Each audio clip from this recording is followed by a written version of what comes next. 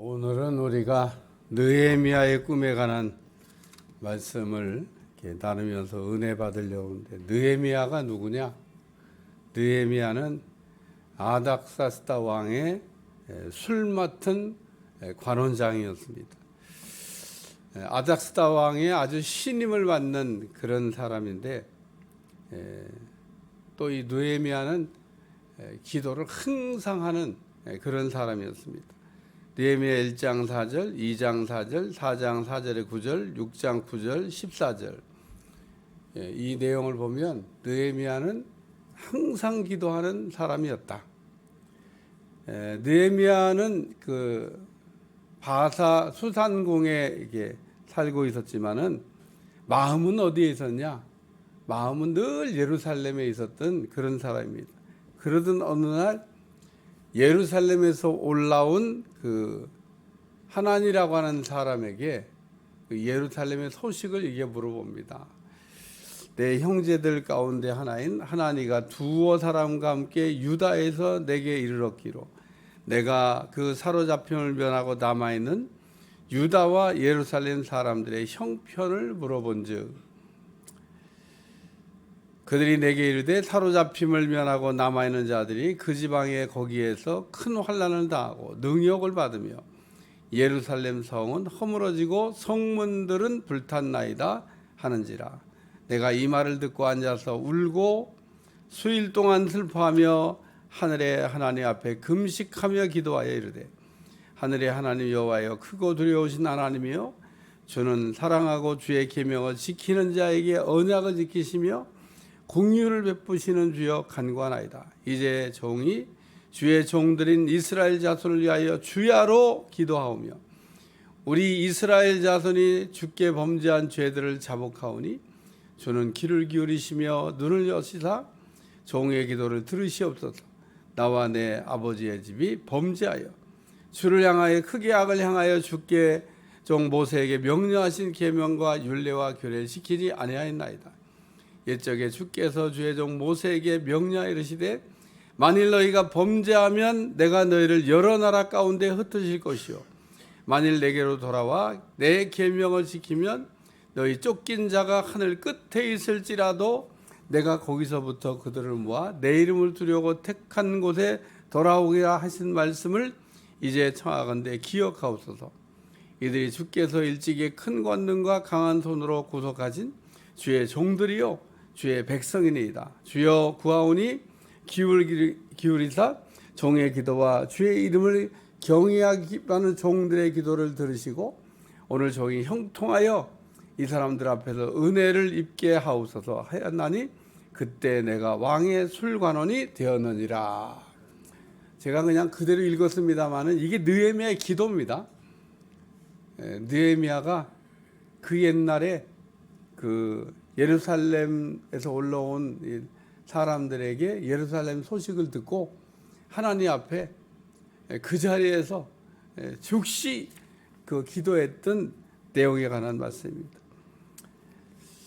그래서 이제 그 느헤미야가 이렇게 그 별로 좋지 않은 소식을 듣고 이렇게 금식하며 기도할 때 아닥사스다 왕이 이제 어느 날 그 느헤미야를 보고 왜 너는 내 앞에서 얼굴에 그게 근심 있는 얼굴을 하냐? 그러고 느헤미야의 얼굴을 보고 얘기한 겁니다.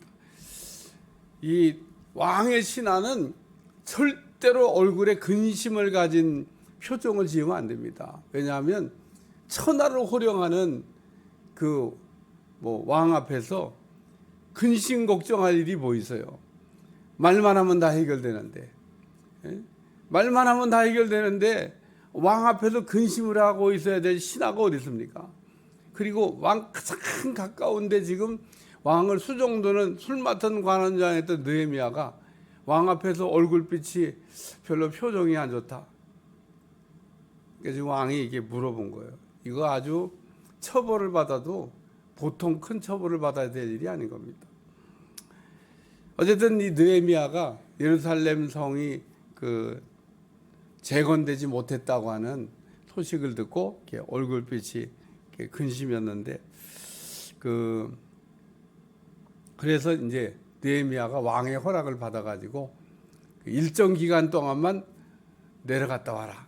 그래서 주전 444년 에스라가 2차 포로 귀환을 한 지 13년 만에 느헤미야가 3차 포로 귀환을 합니다. 느헤미야를 따라 내려가는 사람도 있었겠죠. 그래서 이거를 이제 그 3차 포로 귀환이라고 그래요. 예루살렘에 내려와 가지고 성벽도 쌓고 성문도 달고 예루살렘의 성전 공사를 마무리했던 인물이 느헤미야입니다.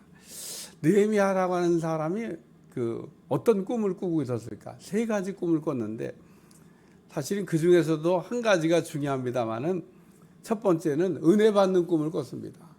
내가 은혜를 받아야 되겠다. 그래서 오늘 제가 성경 본문을 바꿔서 원래 정해진 말씀을 읽어도 되겠습니다만은 1장 11절을 읽은 내용이 뭐냐면 오늘 종이 형통하여 이 사람 앞에서 이게 왕 앞에서 얘기하는 거예요. 은혜를 잊게 하옵소서 하였나니 그때 내가 왕의 술관원이 되었느니라. 그러면서 이 느헤미야가 이 왕에게 은혜를 받기 위해서 하나님께 며칠 동안 기도하냐? 40일 동안 기도합니다. 그러니까 이 예루살렘 소식을 듣고 그냥 왕에게 편안하게 그 예루살렘이 막 이래서 내가 마음이 이렇게 그렇습니다. 좀 제가 갔다 오면 안 되겠습니까? 이런 얘기 얼마든지 나눌 수 있는 신하인데 느헤미야가 왕에게 은혜를 잊기 위해서 하나님께 40일 동안 작정하면서 기도를 했다. 그런 얘기입니다. 그래서 40일 동안 이렇게 기도하고 있는데 진짜 하나님이 그 느헤미야에게 은혜를 받게 하십니다. 은혜. 그러니까 오늘 우리가 하나님 앞에 은혜를 받는 거 굉장히 중요한 일인 줄로 믿습니다. 느헤미야가 그래서 이렇게 은혜를 받게 된 여러 가지 이유는 느헤미야는 이렇게 예루살렘 걱정 안 해도 됩니다. 왜냐하면 자기는 바사 수상궁에서 좋은 지위를 가지고 또 매일 왕 옆에서 이렇게 생활하고 있는데 먼 예루살렘 소식이 궁금하고 예루살렘 소식 마음 아픈 얘기지만 들었다고 얼굴빛이 변하고 또 금식하며 기도하고 우리가 어떻게 생각하면 그래야 될 이유가 없는데 오늘 느헤미야는 그렇지 않았다는 겁니다. 자기는 좋은 환경 속에 살고 그런 거 걱정 근심 안 해도 되는 사람이지만 사람들이 예루살렘에 올라오면 늘 물어보는 겁니다. 예루살렘이 어떻게 성전이 잘 지어져 가냐? 어떻게 또 요즘 형편은 어떠냐? 이렇게 물었는데 지금 포로 귀환한 지 100년이 지났습니다. 그런데도 그 성전이 다시 다 완공이 안 됐다는 얘기가 들리는 겁니다. 에스라가 내려가 가지고요. 어떻게 성전은 지었어요. 근데 우리가 집으로 얘기하면 집은 다 지어놨는데 울타리가 없어. 예루살렘 성전을 짓고 성벽을 쌓아요. 성벽을 이렇게 울타리. 그리고 문도 달아야 돼. 문. 근데 문도 못 달고 성벽이 없다는 겁니다. 덩그러니 성전만 있다고 하는 얘기를 지금 들은 거예요. 그러면서 수개월 동안 이 느헤미야가 눈물로 금식하며 기도했더니 그 기도한 이유가 뭐냐? 은혜 받으려고. 여러분도 회개하면서 또 하나님 약속의 말씀을 붙들고 은혜 받기를 여러분 사모하여 기도하면 하나님께서 여러분에게 놀라운 은혜를 주실 줄로 믿습니다. 오늘 여기 보니까 내가 종이 형통하게 하여 이 사람 앞에서 은혜를 잊게 하옵소서 하였나니 그때 내가 왕의 술관원이 되었느니라. 내가 왕 가까이 있는 사람인데 이 왕에게 은혜를 잊게 해달라고 느헤미야가 간절히 기도했다는 겁니다. 그러니까 어떻게 생각하면 기도 안 하고도 왕에게 가서 얘기할 수도 있는데 기도 많이 하고 때를 기다렸더니 이제 왕이 물어본 거예요. 왕이 너는 왜 이렇게 내 앞에서 근심을 하고 있냐? 걱정하는 일이냐? 이러고 이제 물어볼 때 그 느헤미야가 예루살렘 성전의 성벽을 지을 수 있도록 도와달라고 이야기하는 겁니다. 그랬더니 왕이 기쁜 마음으로 이제 그러면 뭐 자리를 뭐 오랫동안 비울 수는 없고 휴가 줄 테니까 잠깐 내려갔다가 잘 정리하고 오라고 왕이 이제 특별 휴가를 줘가지고 술 맡은 관원장이었던 느헤미야가 예루살렘으로 내려가는 내용입니다. 그런데 오늘 그 읽은 말씀 가운데 제가 6장 9절 말씀을 읽었습니다마는 우리가 2장 몇 절 말씀을 읽어야 되냐면요, 8절 말씀을 읽으셔야 돼요. 2장 8절 다 같이 읽어봐요. 2장 8절 시작. 또 왕의 삼림 감독 아삽에게 조서를 내리사 그가 성전에 속한 영의 문 통과 내가 들어갈 집을 위하여 들보에 쓸 제목을 내게 주게 하옵소서 하며 내 하나님 선한 손이 나를 도우심으로 왕이 허락하고.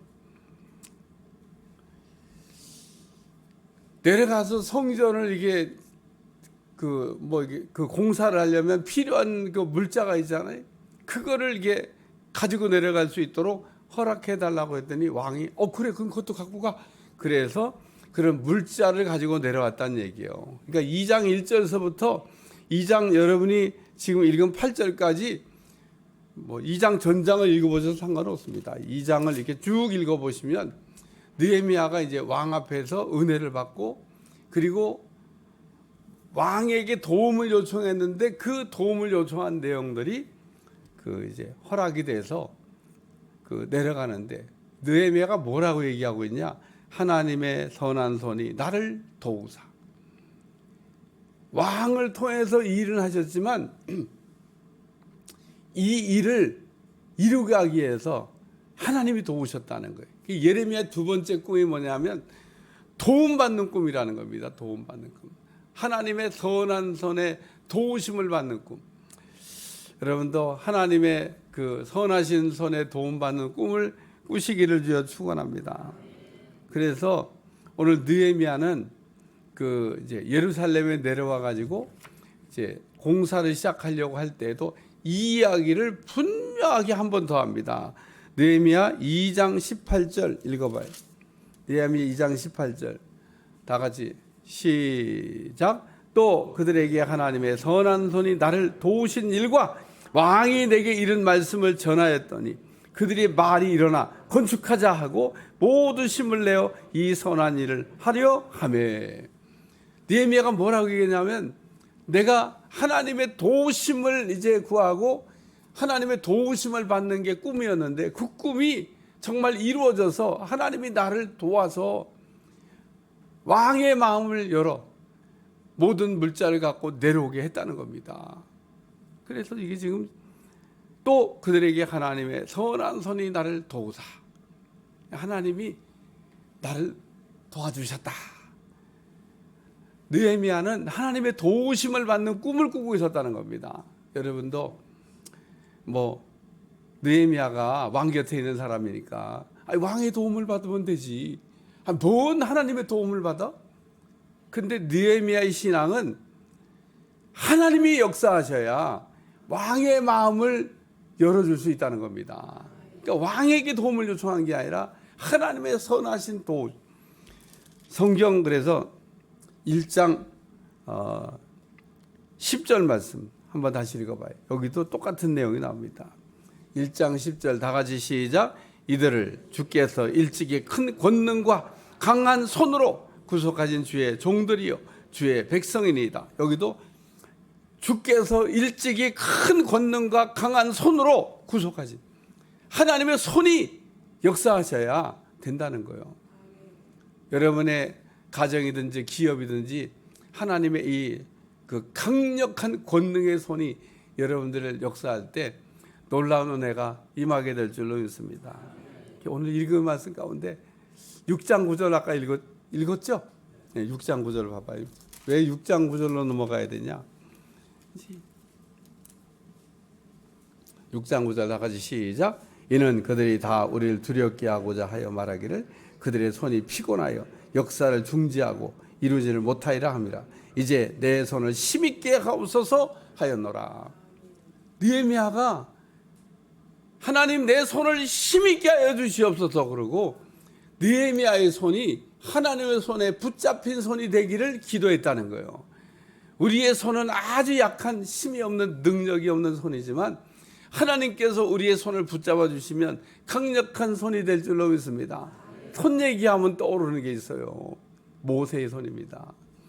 모세가 하나님을 향하여 손을 들었는데 이 손이 계속 들고 있을 수가 없어. 떨어지는 겁니다. 그런데 그 모세의 손이 올라가 있는 동안에는 이스라엘이 이기고 손이 떨어져 있는 동안에는 이스라엘이 졌다는 겁니다. 아론과 홀이 손을 붙들었더니 이겼더라. 할렐루야. 그래서 느헤미야의 꿈이 뭐냐? 도움을 받는 꿈이 있는데 하나님이 내 손을. 그래서 이 느헤미야 6장 9절 말씀이 왜 중요하냐? 미국의 유명한 신유사역자 오랄 로버츠, 그 오랄 로버츠의 그 또 은혜를 받아가지고 그 뒤를 이은 사람이 베닌 목사예요. 오랄 로버츠의 그 신유사역하는 거 보면 정말 이야, 미국 전역을 다니면서 그 치유사역을 했는데, 오랄 로버츠가 살던 시대는 이 폐병을 고치는 약이 없던 시대입니다. 폐병에 걸리면 다 죽어. 약이 없으니까. 오늘날은 안 그렇습니다. 폐병에 걸렸다. 그러면 이제 할 수 있는 방법이 기도밖에 없어. 그냥 이제 기도해가지고 이제 은혜로 살면 사는 거고 안 되면 죽는 거야. 오랄 로버츠가 폐병에 걸린 겁니다. 우리나라 옛날 조용기 목사님도 그때도 그 폐병약이 좀 그랬을 거야. 그러니까 그런데 이제 거기에 은혜로 살아났잖아요. 근데 오랄 로버츠가 이제 그게 어렸을 때인데 그 어머니 아버님이 믿음 생활 하시니까 교회 담임 목사님도 와서 기도해주고 또 은혜 있는 분도 모셔다가 기도도 받고 안 나? 계속 또 시름시름 죽어가. 그러다가 오랄 로버츠가 느헤미야 6장 9절 말씀, 이 말씀을 읽고 하나님 앞에 기도한 거예요. 주여, 내 손을 힘있게 하여 주시옵소서. 한번 따라해봐. 주여, 내 손을 힘있게 하여 주시옵소서. 그리고 오랄 로버츠가 어떻게 기도했냐? 자기 머리에 자기 손, 응? 내 손을 힘있게 해달라면 그렇게 기도. 났어. 응? 이렇게 기도하고 이렇게 했는데 났어. 담임 목사가 기도해서 난 게 아니야. 무슨 유명한 은혜 받은 바에 안수해서 난 게 아니야. 자기가 이 말씀을 믿고 주여 내 손을 힘있게 하여 주시옵소서. 하나님의 손이 역사한 줄로 믿습니다. 그래서 이 오랄 로버츠는요, 오른손만 갖다 대면 이 사람이 무슨 병에 걸렸는지를 알아. 지식의 말씀으로. 무슨 병에 걸렸구나. 병명을 알려준다는 얘기는 뭐냐면 낫게 하신다는 뜻이야. 얼마나 많은 사람들을 고쳤는지 모릅니다. 고치는 거 보면 쉬워요. 그냥 손 댔다가 떼면 낫고, 손 댔다가 떼면 낫고. 그리고 베닌 목사가 집회할 때, 그분이 이제 돌아가셨습니다만은 살아생전에는 계속 이렇게 집회하면은 이쪽에 의자가 있어요. 거기에 딱 나이 드신 분이 앉아 계신 분이 한 분 계셔. 그게 오랄 로버츠야. 제가 미국에 베닌 컨퍼런스 갔을 때도 살아 계셨어. 봤습니다. 반드시 베닌 목사 집회 오른쪽에 그 의자에 앉아 계신 노인이 한 분 계셔. 그 오랄 로버츠야. 이야. 그래서 저는 살아 계실 때 가서 봤어요. 1997년도 제가 미국에 부흥하는 교회들을 보고 와라 그래갖고 그 여전 털사서부터 시작해 동부까지 내리 훑어서 여행 간 게 아니에요. 부흥하는 교회들 가서 보고 오라 그래서 가봤더니 미국 교회가 죽지 않았습니다. 얼마나 뜨거운지 모릅니다. 요즘 한국이 그 정도 뜨거우면 괜찮아요. 어떤 교회 갔는데 들어갈 수가 없어. 밤새도록 기다리는데 들어가려고. 그러니 무슨 수로 들어가? 교회 줄을 쫙 섰습니다. 이제 예배 시간 돼야 문 열어주니까 밖에서 거기 들어가려고 쫙 줄을 섰어. 여기 한국에서 오신 목사님들이라고 어떻게 여기 좀 봐야 되는데 어떻게 하니까 뒷문으로 넣어줘서 들어갔는데 세상에 예배 시간 됐는데 그때는 이미 바깥에서 봐야 되고 바깥에 대형 스크린이 걸려 있어요. 안에 들어갔는데 자리도 없어. 맨 뒤에 2층 맨 뒤에 서서 이렇게 좀 봤습니다. 그래도 넣어줬으니까 다행이지. 엄청나게 막 기도하고 역사하는 걸 봤습니다. 여러분, 하나님의 도우심을 받는 그 손이 되시길 주여 축원합니다. 느헤미야처럼 도움받는 꿈을 꾸셔야 돼요. 그러면 하나님이 손이 여러분에게 역사하셔서 도와주시는 은혜가 임하게 될 줄로 믿습니다. 느헤미야의 세 번째 꿈은 뭐냐면 연합하는 꿈이라는 거예요. 여러분, 느헤미야서를 읽어보면 느헤미야가 어떻게 성벽을 건축했는지에 대한 내용을 읽을 수 있는데, 가장 중요한 거는 성벽을 건축할 때 가족별로 이렇게 그 지역을 이렇게 나눠줘 가지고 일을 하게 했어요. 가족별로. 왜 가족별로 하게 했지? 아니, 가족이 제일 연합이 잘 되잖아요. 식구들끼리, 그러니까 누구 가정은 여기, 누구 가정은 여기, 누구 가정은 이렇게. 느헤미야가 그렇게 일을 활당해 갖고 성벽 공사를 했는데, 성벽 공사를 51일 만에, 아마 51일 만에 끝냈을 겁니다. 그래서 느헤미야가 그 성벽 공사를 하는데 그리고 온 모든 사람들이 다 그 일에 동참해서 그 성벽 공사를 이렇게 끝나게 했다. 성벽 공사하는데 뭐 어려움이 없었냐? 어려움이 있었어요. 그러니까 그 느헤미야가 6장 그 말씀에서 하나님의 손이 나를 도와달라고 이야기하는 겁니다. 사마리아 사람들이 거기에 있던 들어와 있던 이방인들을 그냥 선동질 해가지고 그 성벽을 못 쌓게 하고, 또 산발락과 도비아를 이게 통해 가지고 또 성벽을 못 쌓게 하고, 이 지금 성벽을 이렇게 쌓고 그 왕을 막 이렇게 반역하려고 하는 그런 거다. 그렇죠? 이 성을 이렇게 성벽을 쌓는다는 게 울타리를 하는 건다. 뭐 그런 이야기를 해갖고 막 어려움을 주고. 그런데도 느헤미야가 잘 그 일을 이렇게 했다는 겁니다. 그리고 가장 중요한 건 그 느헤미야보다 먼저 내려와 있던 이 에스라하고 협력해서 부흥회를 합니다. 느헤미야가 에스라하고 같이 연합해서 부흥회할 일이 없어요. 에스라는 에스라고 나는 나지 뭐. 근데 느헤미야가 그 왕의 큰 권세를 가지고 내려왔음에도 불구하고 에스라라는 학자하고 연합해가지고 부흥회를 해요. 그래서 에스라가 그 부흥회를 하는데 율법책을 막 그냥 읽기만. 제가 아까 느헤미야 1장을 그냥 읽었잖아요. 에스라가 율법서를 그냥 읽고 있는데 백성들이 그 말씀을 듣는 가운데 회개가 일어나가지고 막 눈물로 회개를 하는 겁니다. 무슨 지금처럼 이렇게 설교하고 있는 게 아니에요. 그냥 성경 말씀을 읽는데 그 유대인들이 막 통에 자복하면서 회개를 하고, 이방인과 결혼하지 않겠다 그러고, 안식일과 그리고 안식년을 철저하게 지키겠다 그러고, 성전세와 헌물을 드리겠다 그러고, 이렇게 서약하면서 그 부흥회를 끝내게 됩니다. 그래서 이 느헤미야는 어떤 꿈을 갖고 있었냐? 연합하는 꿈을 갖고.